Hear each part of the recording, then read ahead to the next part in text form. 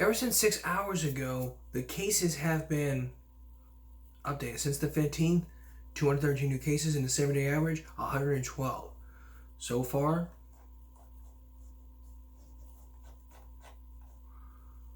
in the state, there's over almost 7,000 cases added with 17 new deaths. 232 new deaths added to the 95,000. Tests since the 6th, 13.9% positive, and over 500,000 tests have been taken. Since the 13th, 2,800 people in ICU and over 25,000 people have been hospitalized. Vaccination since the 14th, we're at 75% for one dose, 62.9 fully vaccinated, 17.9 and 21.4. Amazing. 62.9 in Texas,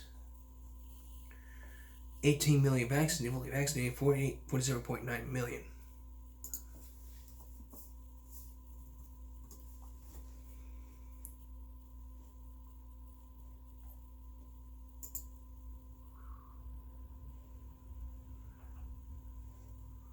And there's nothing new for the school because of they haven't updated it. But in July, they're probably, I don't know when they're gonna update it, but we'll know.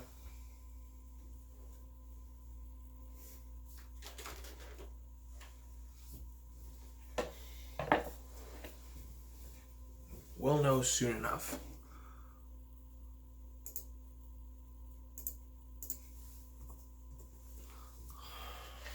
Lost my remote.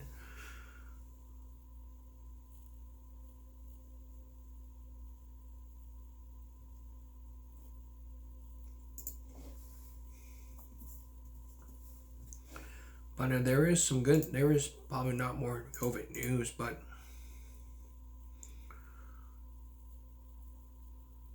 the vaccines for the youngest could be available in days. The advisors have signed off the COVID-19 shots for children 5 and younger. The vaccine still needs the final authorization from the CDC and prevention. And if I had found my remote,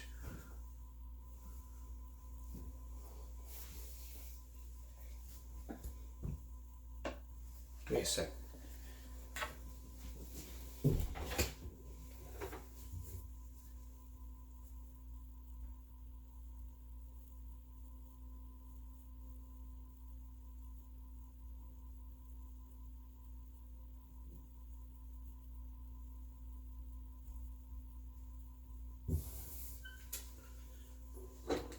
There it is.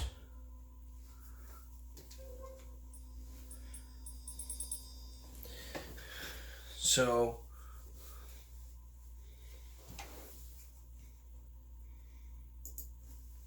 days from now, we could see the youngest kids getting that vaccine.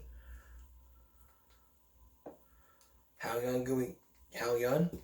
That's 5.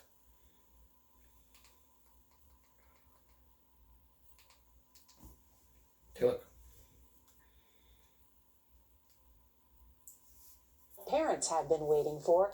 FDA advisors have signed off on COVID shots for children that are younger than 5 years old. Here's CBS's Meg Oliver.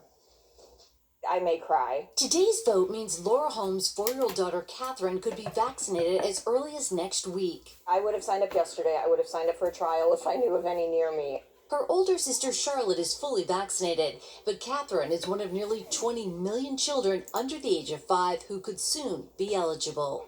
Late today, an FDA panel voted to recommend both Moderna's 2-dose vaccine for children under the age of 6 and Pfizer's 3-dose regimen for kids under 5. Each vaccine is a fraction of an adult dose.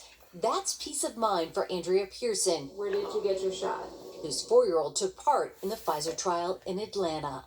We don't have any family here in Atlanta. It was difficult to feel like they were missing out on her early childhood. Until now, we've had a whole population of kids who've not been able to be vaccinated, and that's all going to change soon.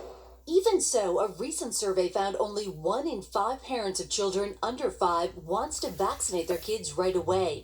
Those 5 to 11 have been eligible since November, but less than 30% are fully vaccinated. Any concerns about vaccinating your youngest? Absolutely none. Holmes' family in Illinois hasn't been on a plane since before the pandemic began. Tomorrow is my birthday, so that would be a really great birthday present. It's just going to be a real sense of relief and feel like, okay, we've all got now that extra layer of protection. The vaccine still needs final authorization from the CDC director and a vote to recommend. If that happens over the next few days, pharmacies, hospitals, and clinics could offer this vaccine to young kids as early as next week. Nora? Yeah, parents will be happy. Meg Oliver, thank you. And that'd be a great birthday present for that young lady we talked about. I really hope that happens. In the meantime, what you guys need to do is understand masks, hand washing, social distance, disinfection, transportation, all those things. We have to protect ourselves. Medical condition, your medical condition, let them know. Also, if you're quarantined, stay at the house. Do not leave the area. Stay for 5 days. After the 5th day, get tested again. You're positive. If you're positive, stay. If you're negative, then you're good to go back to work. Coming up next, a new type of issue going on. If you were around, if you watched the June 14th meeting of the school board, you may have realized that FBIC needs to cut the athletic budgets, and teachers are not getting their raises. We'll tell you more when we come back. Up front tonight, as the 2022-2023 school year approaches this fall, most teachers are leaving the educational field. Now, this is not because of the pandemic or because of the raises, from which we're going to talk about in just a minute. It's because of security reasons. But one teachers union for Corpus Christi has created a survey. So what does that survey tell us? Here's Brian Burns. The percentage of teachers who say that they don't want to go back it falls around 75 to 80%. Because of the fear of security. A recent American Federation of Teachers survey of more than 5,000 Texas educators showed as many as 42% are considering leaving the teaching profession before the fall class year begins. Many are citing lack of adequate security in the wake of the Uvalde school shooting. From what we can see, there are numerous people who are retiring and going into the private sector or going to private schools to teach because they feel safer in private schools. The survey revealed 90% of Texas school employees have worried about a shooting happening at their school. We did speak to one CCISD teacher who says she's afraid to return to class and is resigning this summer, but she declined to go on camera. While some teachers are questioning their careers, the CCISD school district is moving ahead trying to get support personnel for the next academic year. An auxiliary job fair was held at Ray High School Wednesday morning, and they had a good turnout for the 166 job postings currently on the CCISD website. We are facing the same staffing shortages similar to everyone nationwide right now. Even though teachers may be leaving the profession, there are still some excited about getting in the door. I'm going to school for kinesiology, so I still want to work with children because I'm in my field where I'm being a PE coach, athletic coach, and we're working with kids, so I want to get experience and grow and relationships with kids. We were told several people even showed up to apply for teaching positions at the job fair. Brian Burns, 3 News. Thank you, Brian, for that. Meantime. And it could happen. Now, remember 2 years ago when the pandemic hit, a lot of teachers were retiring? It's the same thing. For security reasons. Now remember, the Uvalde shooting happened weeks ago, and now teachers are saying, I don't want to go back. But that survey really hit home for a lot of teachers. And probably some of the Flower Bluff School District. And speaking of that of the FBISD, on Tuesday, the Board of Education held a private meeting talking about what happened, about making cuts. And on the Facebook group, which I'm not going to name because I'm a part of, and if I throw the group under the bus, or the district under the bus, top administration under the bus, drag them under that, blah, blah, blah, blah, could destroy me. This was a post from June 14th. 2 days ago. From Tuesday. FBISD needs to cut some athletic budgets and give teachers and staff a raise before more staff leave and go. CSDTM, which all have getting raises. And I look at these comments and saying, here's one from Jamie Lynn. They need to do more than just give out raises. They only care about their athletic programs. They've let the rest go, especially the band program. I reply saying, exactly. Think about almost 2 years ago when the board decided not to give teachers a raise because they wanted to remodel the upstairs Central University gym, which we're doing our season premiere in September or August. We're doing September. But after that, I have no idea.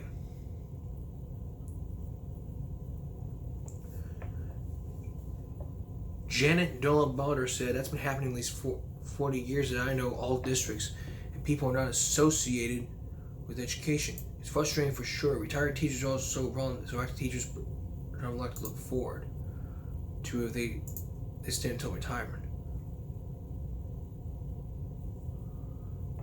And teachers need to pay increase in better coverage, more affordable health care, at least keeps a lot of the kids out of trouble and in school. Cutting their funding will hurt also. Let's not forget the no pass, no play rule, like what I said. Most understanding school districts like TM and Greeley Portland had large financial support from the oil and gas industry within their communities and school districts, big contributors. No, they sued every year for reduction and don't want to pay their fair share.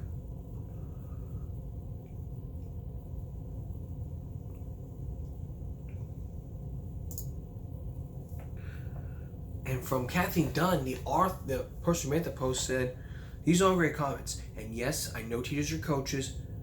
I also sold a lot of athletic goods to most of them, so I know what some of the budgets are. Most people don't, and people would be shocked what the budgets are. I do understand what athletics do for the kids and for the community, but I see firsthand what low pay is doing to the great teachers and staff that are not getting raises year after year and wondering why. Why should we stay? Why should we bust our blank every year and not get a raise like all the other school districts?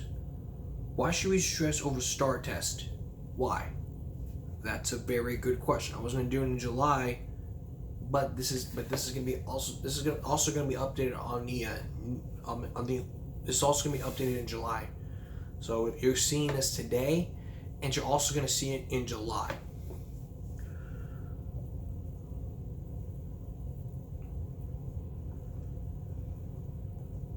And a lot of that starting CCISD is getting a pay increase of $750 after taxes. It equates to about $46 extra a month.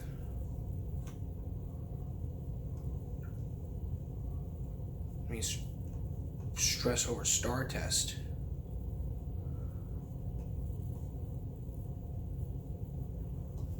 And this is a good one. Funding for public schools comes from three main sources: local school district property taxes, state funds, and federal funds.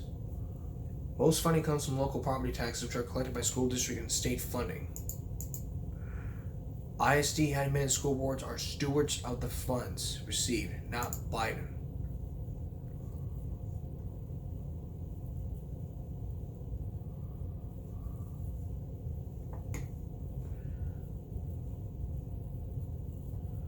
And here's one from, here's another one.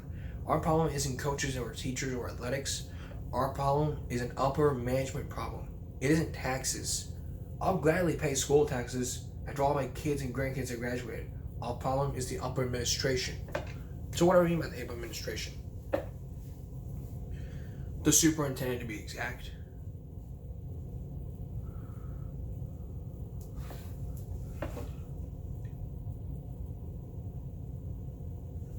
And one person said, well, they need to cut the STAR testing too. Schools have no control over the topic. Gotta go to Austin. STAR is required by state. TEA believes the only way to change that.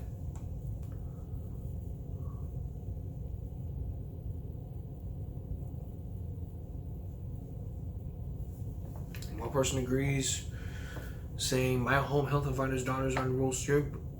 My home health provider's daughter's honor roll student but failed to STAR test. So she's in summer school right now. There's no way to honor roll students should be having to go to summer school because of these ridiculous STAR tests. They need to be eliminated immediately. I mean, it's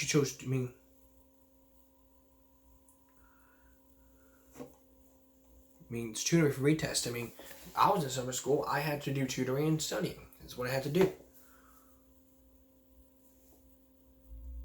To me, when it comes to administration in the last 3 years, there's become too many chiefs getting overpaid and the Indians getting underpaid.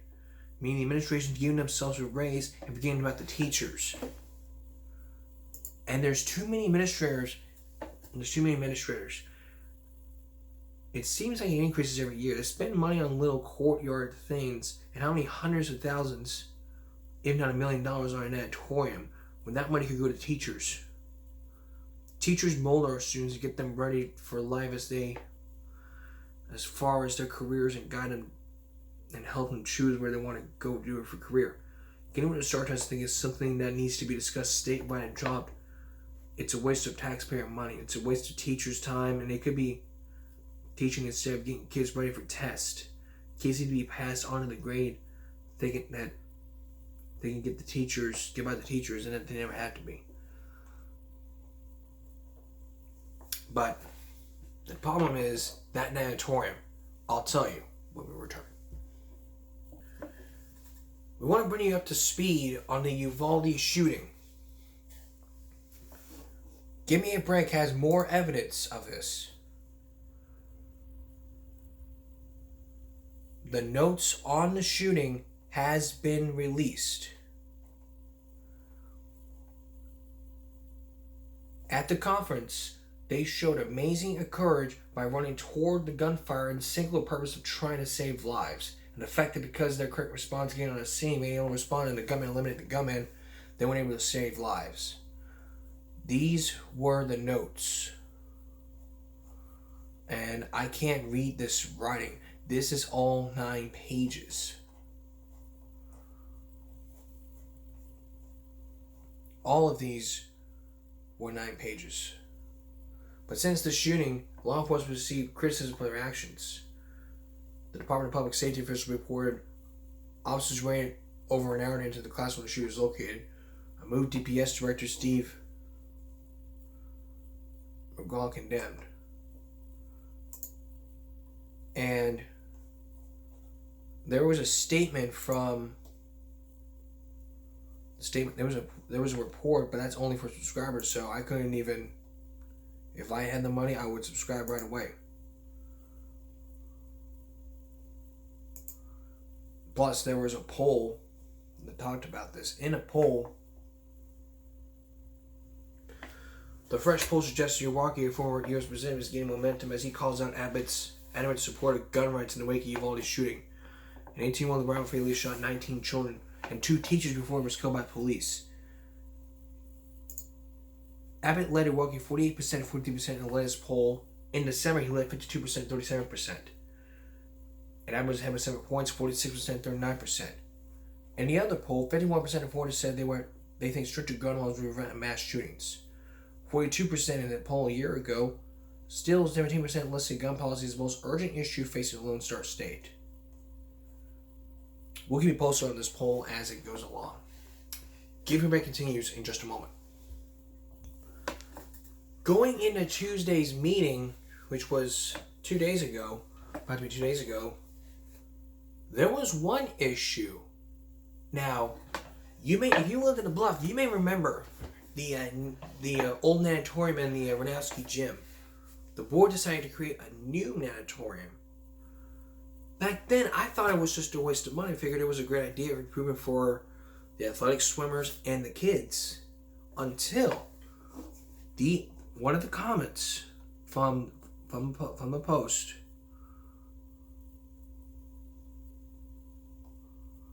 from this all started with Linda May saying, God knows we pay enough school taxes. We built a state-of-the-art natatorium and can't even use it. I'd rather see teachers paid better. One person replies, that natatorium was an absolute waste of money. They don't teach kids on a regular basis to all learn how to swim there when they have the right there. It basically sits empty most of the time. That was a monster waste of money. So after looking at that, do I agree with them? Absolutely. So which side do I go on? Do I go on the school side or on the parents' side? The parents' side is the taxpayers. We pay taxes, and the taxes our tax dollars go to our schools. That natatorium right on Waldron Road was a waste. Monster waste of money. But let's not forget all the other things. Remember 2 years ago when the board decided to hold off the bids because they didn't want to give teachers raises? That was for the upstairs varsity gym. Now it's finished.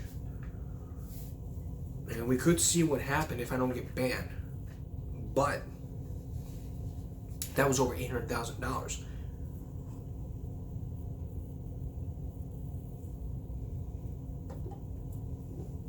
But it would have been possible to move all the other varsity games to the Ranowski gym.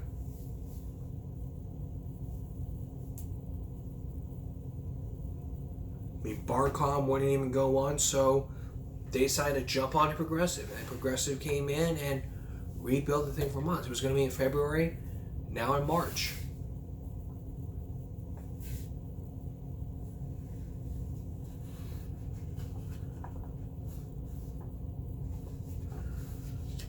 And that natatorium thing, if everyone had the right to use that, every student should be able to use that. Everybody, the public, should be able to use that. If you're not going to give teachers raises, then how about using that natatorium for everyone? Parents, kids, students, athletic students. Sorry. Parents, students, kids, us, adults. We need to use that to go swimming when it's hotter. It's hot outside. Gotta think for a minute. I'm actually focusing these issues to the superintendent.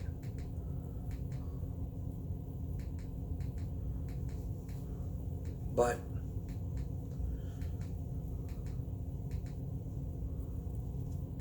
what needs to happen here is that if I start throwing the top administrators under the bus, they're going to claim that I'm on the side of the taxpayers. Listen, I take every side of the story. And if I were to hear one side of the superintendent saying, hey, are you, do you think that natatorium out there was a waste of money? And they would have told me, yes, it was. They would have agreed with the parents. Now I had to say, like, somebody needs to talk to the superintendent or attend a board meeting and to address these concerns. So that's it for this issue, but comments will be pulling up and we'll keep you posted. We'll keep you posted in July. Now, something we haven't reported on in a while.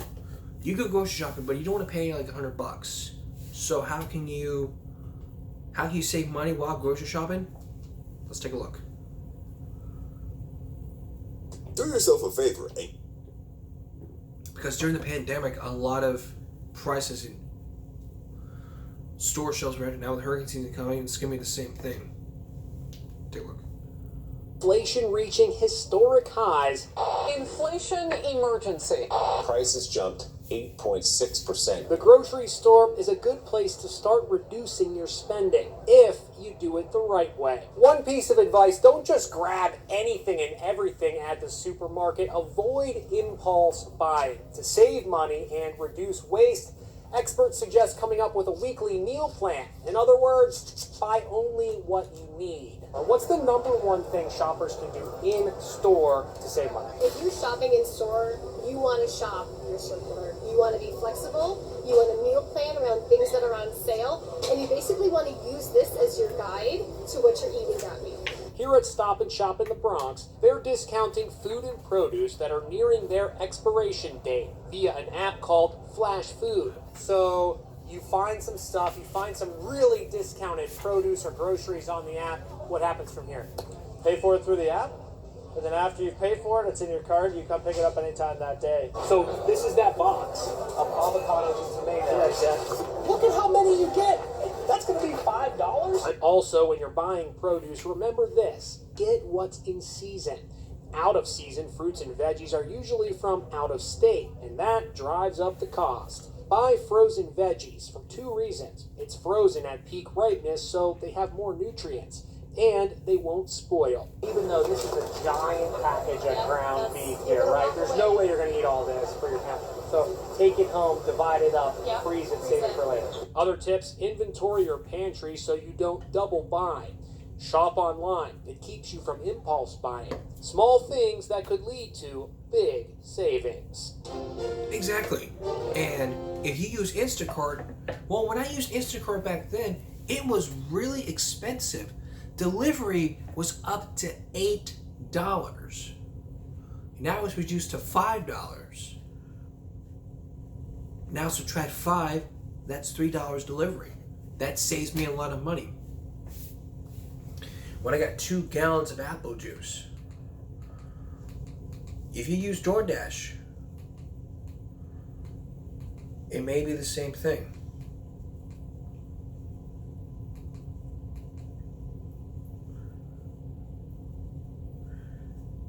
Remember, it's all on the cost of the delivery. If you use delivery apps like Favor, DoorDash, I'm going to give you a lesson here. Let me start with Favor, because Favor is the cheapest here in the state of Texas. If you use Favor, and from around summer until 3 o'clock, you're able to get free lunch delivery. But you still got the subtotal. You have your service fees, your taxes, and then the fuel storage was like 50 cents or something. 50 cents. But after 3, you still got to pay the $2 delivery, $3 delivery, whatever. My advice, avoid the $6. And as for tipping, it's all digital.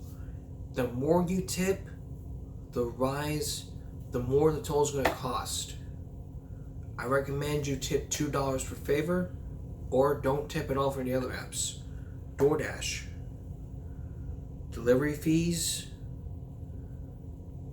plus you get service fees, plus taxes, plus tips. It's the same thing. You can reduce your tip to 0 and go pay for it, and then you can go pay for it at the door. Would that help? I think so.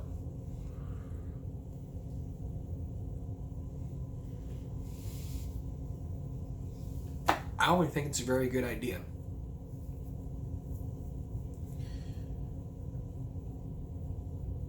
So, yeah, whenever you're using deliveries, just make sure it all depends on how much you get and what the total cost is.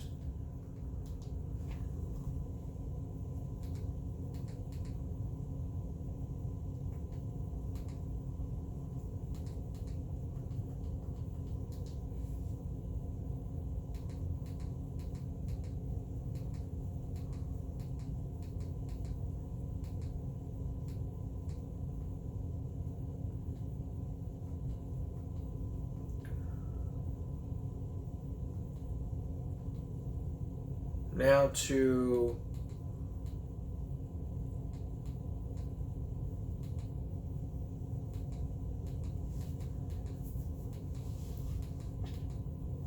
heck, I don't know. Are there any updates in this Katia Uriarte investigation that we've been talking about? Well, if you recall just a few days ago, we did a report on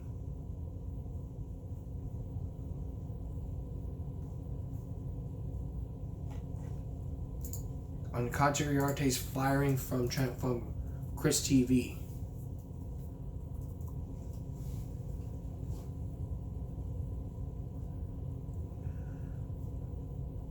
I think I have it saved on my Facebook. So if you didn't remember, we did a story about Katya Uriarte's firing from Channel 6 because of an issue that was going on from one person.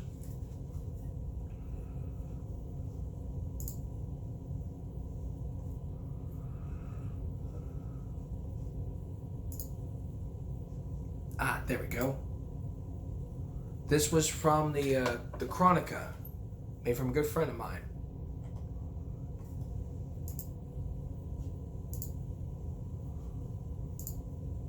Oops, okay. Now, if you didn't remember, Katya Uriarte left the station, was fired. Sources tell Chronica Uriarte left the station in tears. We also heard a longtime sports director Al Harwell's retirement. Some inside the station think that Harwell is pushed towards the exit. Katya Uriarte is subject to Chronica investigation due to contact with interest with her husband, John Filipino.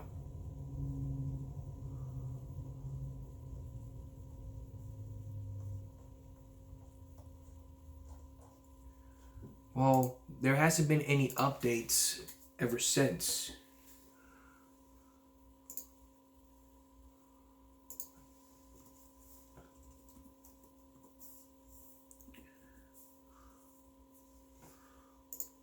Bobby hasn't been any updates ever since.